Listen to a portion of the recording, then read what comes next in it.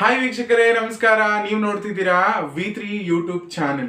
ನಿಮ್ಗೆಲ್ರಿಗೂ ವಿ3 ಯೂಟ್ಯೂಬ್ ಚಾನೆಲ್ಗೆ ಸ್ವಾಗತ. ನಮ್ಮ ವಿ3 ಮೀಡಿಯಾ ಕಡೆಯಿಂದ ಇವತ್ತು ಮೊದಲನೇದಾಗಿ ನಮ್ಮ ಚಾನೆಲ್ ಓಪನ್ ಆದ್ಮೇಲೆ ಸ್ವೀಟ್ ಹಂಚ್ಲೇಬೇಕಲ್ವಾ, ಹಾಗಾಗಿ ನಮ್ಮ ಯೂಟ್ಯೂಬ್ ಚಾನೆಲ್ನಲ್ಲಿ ಮೊಟ್ಟ ಮೊದಲ ಯೂಟ್ಯೂಬ್ ವ್ಲಾಗ್ ಬಂದು ಸಿಹಿ ಮಾಡುವಂತಹ ಒಂದು ಅಡುಗೆ ನೋಡ್ಕೊಂಬರೋಣ ಬನ್ನಿ. ಯಾವ ಅಡುಗೆ ಮಾಡ್ತಾ ಇದ್ದೀನಿ, ಯಾವ ವಿಚಾರದ ಬಗ್ಗೆ ಹೇಳ್ತಾ ಇದ್ದೀನಿ, ನಾನು ಈಗಾಗಲೇ ಕ್ಲೂ ಕೊಟ್ಟೆ, ಫುಡ್ ವ್ಲಾಗ್ ಅಂತ ಹೇಳಿ. रुको जरा, सबर करो, बोला धक्का बुक्की नहीं करने का, आराम से लेने का. ಹೇಳಿ ಮೊದಲು ಈ ಕನ್ನಡಕ ತೆಗೆದ್ಬಿಡ್ತೀನಪ್ಪ. ಏನ್ ಈ ಸೆಕೆಲು ಕನ್ನಡಕ ಹಾಕೊಂಡು ವಿಡಿಯೋ ಮಾಡ್ತಿದ್ದಾನೆ ಅಂತ ಅನ್ಕೊಂಡಿದ್ದೀರಾ? ಏನೋ ಬಿಲ್ಡಪ್ ಇರ್ಲೇಬೇಕಲ್ವಾ, ಸೊ ಹಾಗಾಗಿ ಮಾಡ್ತಿದ್ದೀನಿ ಅಷ್ಟೇ. ಮೊದಲನೇದಾಗಿ ನಮ್ಮ ವಿ3 ಮೀಡಿಯಾ ಚಾನೆಲ್ ವತಿಯಿಂದ ತಮಗೆಲ್ಲರಿಗೂ ಹೃತ್ಪೂರ್ವಕವಾದಂತಹ ಧನ್ಯವಾದಗಳು. ಇದೀಗ ನಮ್ಮ ವಿ3 ಮೀಡಿಯಾ ಚಾನೆಲ್ ವತಿಯಿಂದ ಫುಡ್ ವ್ಲಾಗ್ ಅನ್ನ ಪ್ರಾರಂಭಿಸೋಣ. Welcome to food vlog.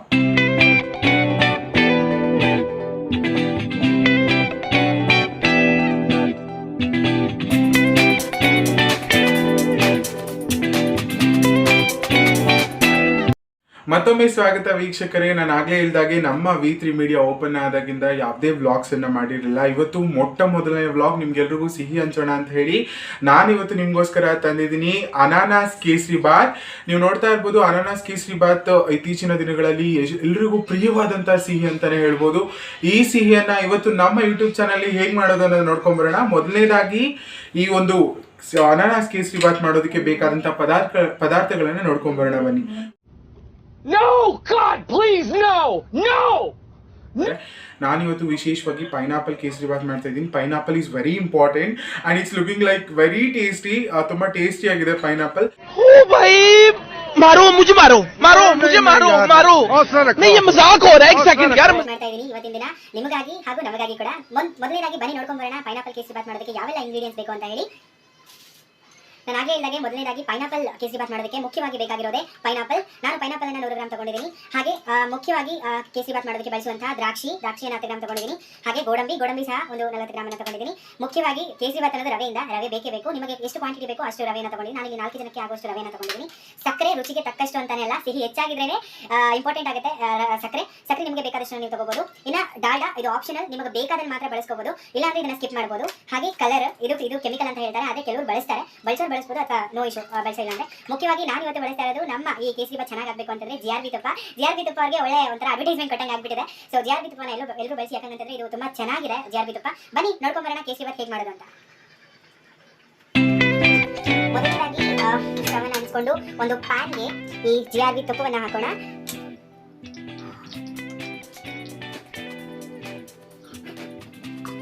ತುಪ್ಪ ಸ್ವಲ್ಪ ಕಾದ ನಂತರ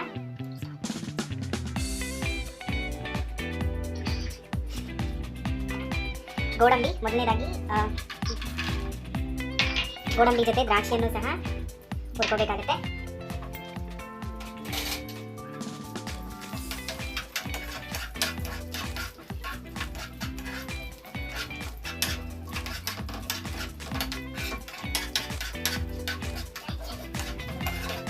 ಚೆನ್ನಾಗಿ ಹೀಗೆ ಸ್ವಲ್ಪ ಕಲರ್ ಚೇಂಜ್ ಆಗೋವರೆಗೂ ಇದನ್ನ ಹುರ್ಕೋಬೇಕು.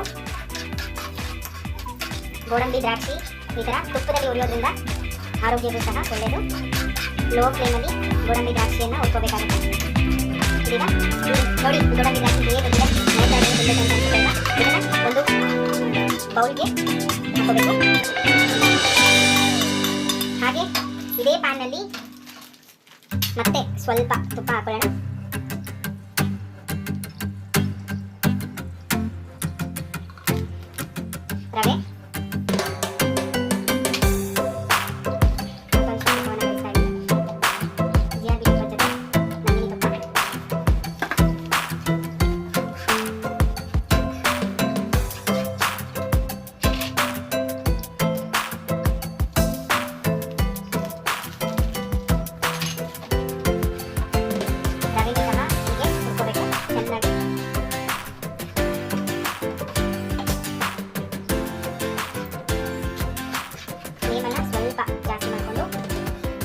ರವೆ, ಸ್ವಲ್ಪ ಕಲರ್ ಚೇಂಜ್ ಆಗೋದು ಹುರ್ಕೋಬೇಕಾಗುತ್ತೆ.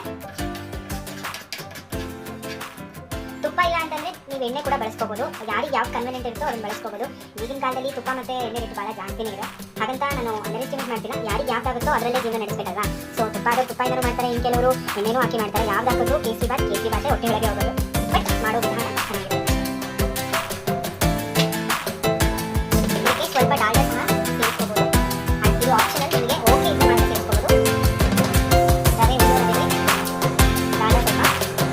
ಸ್ವಲ್ಪ ಹಾಕೋಬೇಕಿತ್ತು, ಆದರೆ ಆಪ್ಷನಲ್ ಅಂತ ಹೇಳಿದ್ನಲ್ಲ, ಸೊ ಬೇಕಾದ್ರೆ ಮಾತ್ರ ಈ ರವೆನ ಯೂಸ್ ಮಾಡ್ಕೋಬೋದು. ನಾನು ಹೇಳಿದಾಗೆ ಡಾಲ್ಡಾ ಇಸ್ ಆಪ್ಷನಲ್, ನಿಮಗೆ ಬೇಕಾದ್ರೆ ಮಾತ್ರ ಬಳಸ್ಬೋದು. ಹೀಗೆ ರವೆ ಸೀರೋಬಾರ್ದು, ಲೋ ಫ್ಲೇಮ್ಗೆ ಬರಬೇಕು. ಒಂದು ಸ್ವಲ್ಪ ಹೊತ್ತು ಆದಮೇಲೆ ಲೋ ಫ್ಲೇಮ್ಗೆ ತಗೊಂಡು ರವೆನ ಹೀಗೆ ಕೂರಿಸಬೇಕಾಗುತ್ತೆ.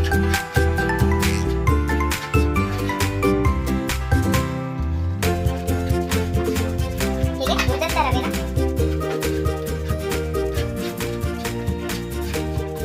ಚೆನ್ನಾಗಿ ರವೆನ ಉರಿಬೇಕು.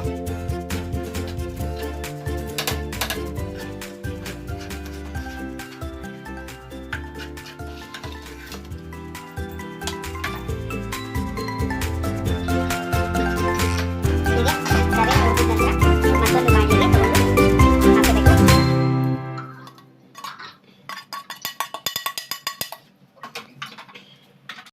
ನಂತರದಲ್ಲಿ ಒಂದು ಬಾಣಲೆಯನ್ನು ತಗೋಬೇಕು. ಬಾಣಲೆಯನ್ನು ಇಟ್ಟು ಕಲ್ಲದಿಟ್ಬಿಟ್ಟು ನಾನು ಆಗಲೇ ಇದ್ದಾಗೆ ಮತ್ತೊಮ್ಮೆ ಹಾಗೆ ಜಿಯಾಗಿ ತುಪ್ಪ ಬರುತ್ತೆ. ಈಗ ನಂದಿನಿ ತುಪ್ಪ ಬಳಸ್ತಾ ಇದ್ದೀನಿ. ಪರಿಶುದ್ಧತೆಯ ತುಪ್ಪ, ಜೊತೆಗೆ ಡಾಲ್ಡಾ ಒಂದು ಸ್ಪೂನ್ ಆಗೋಷ್ಟು,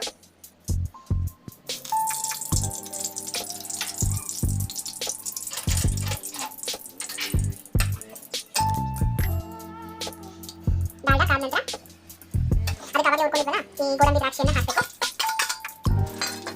ಏನಿದು ಮತ್ತೊಮ್ಮೆ ಉಳಿತಾ ಇದೆಯಾ ಅಂತ ಡೌಟ್ ಬರ್ಬೋದು. ಹಾಗೆಲ್ಲ ಇದು ಈಗ ಕೇಸರಿ ಬಾತ್ ಮಾಡೋದಕ್ಕೆ ವಿಧಾನ ಅಷ್ಟೇ. ಈಗ ನೀರು ಹಾಕಬೇಕಾಗುತ್ತೆ.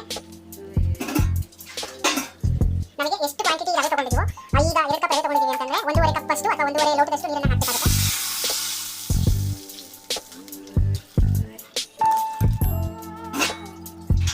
ನಾನು ಕ್ವಾಂಟಿಟಿ ಅವಾಗಲೇ 4 ಬಟ್ಟೆ ತಗೊಂಡೆ.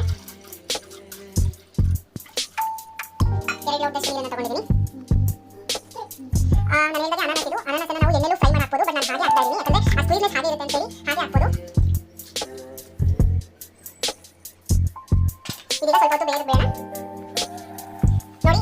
ಈಗ 5 ನಿಮಿಷ ಆಯಿತು, ಕುದೀತಾ ಇದೆ. ಆಗಲೇ ದ್ರಾಕ್ಷಿ, ಗೋಡಂಬಿ, ತುಪ್ಪ, ನೀರು ಎಷ್ಟು ಬೇಕೋ ಅಷ್ಟು ಹಾಕಿದೆ.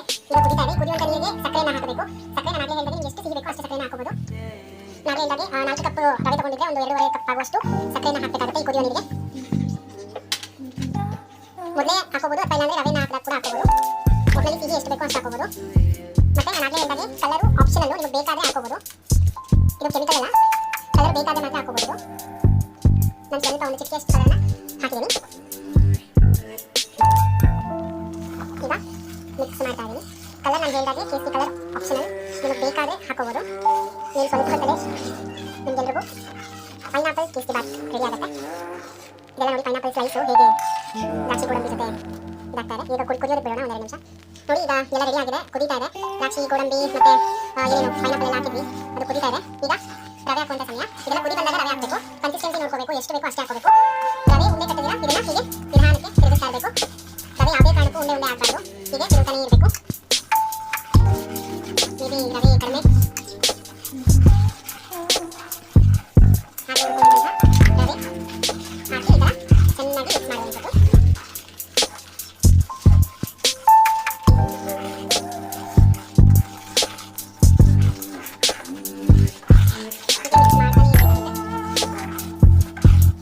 ರವೆ ಉಂಡೆ ಕಟ್ಟಬಾರ್ದು, ಯಾವುದೇ ಕಾರಣಕ್ಕೂ ಮಿಕ್ಸ್ ಮಾಡ್ತಾನೆ ಇರಬೇಕು. ಯಾಕಂದರೆ ಈ ಥರ ತಿರುಗಿಲ್ಲ ಅಂತಂದರೆ ಉಂಡೆ ಆಗುತ್ತೆ.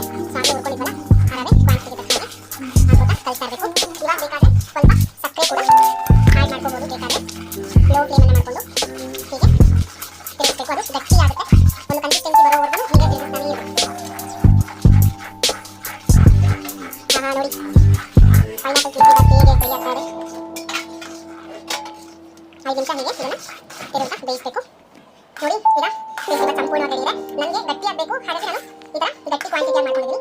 ಸ್ವಲ್ಪ ಇನ್ನು ತೆಳ್ಳಗೆ ಮಾಡ್ಕೋಬೋದು. ಈಗ ಇದನ್ನು ಒಂದು ಬೌಲ್ಗೆ, ನಮ್ಮ ಫೈನಲ್ ಟಚ್ ರೆಸಿಪಿಯ ಫೈನಲ್ ಟಚ್ ಇದು, ಒಂದು ಬೌಲ್ಗೆ ತಗೊಂಡು ಒಂದು ಬೌಲಲ್ಲಿ ಸರ್ವ್ ಮಾಡ್ಕೋಬೇಕು. ಈಗ ಹೋಟೆಲ್ ಶೈಲಿಯಲ್ಲಿ ನಾವು ಸಹ ಟ್ರೈ ಮಾಡೋಣ. ಇದಕ್ಕೆ 1-2 ದ್ರಾಕ್ಷಿ, ಮತ್ತೆ ಗೋಡಂಬಿಯನ್ನು ಇಟ್ಟು ತುಪ್ಪದ ಜೊತೆ ನಾವು ಡೆಕೋರೇಟ್ ಮಾಡಬೇಕು. ಹೀಗೆ ನೀವು ನೋಡ್ತಾ ಇರ್ಬೋದು ಕೇಸರಿ ಬಾತ್, ಪೈನಾಪಲ್ ಕೇಸರಿ ಬಾತ್ ರೆಡಿ ಇದೆ.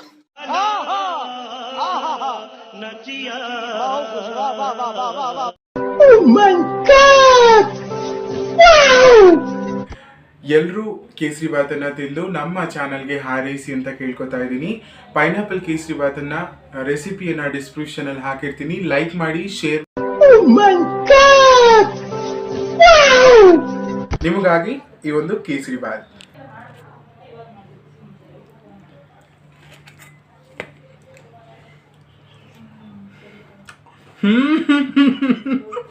खत्म,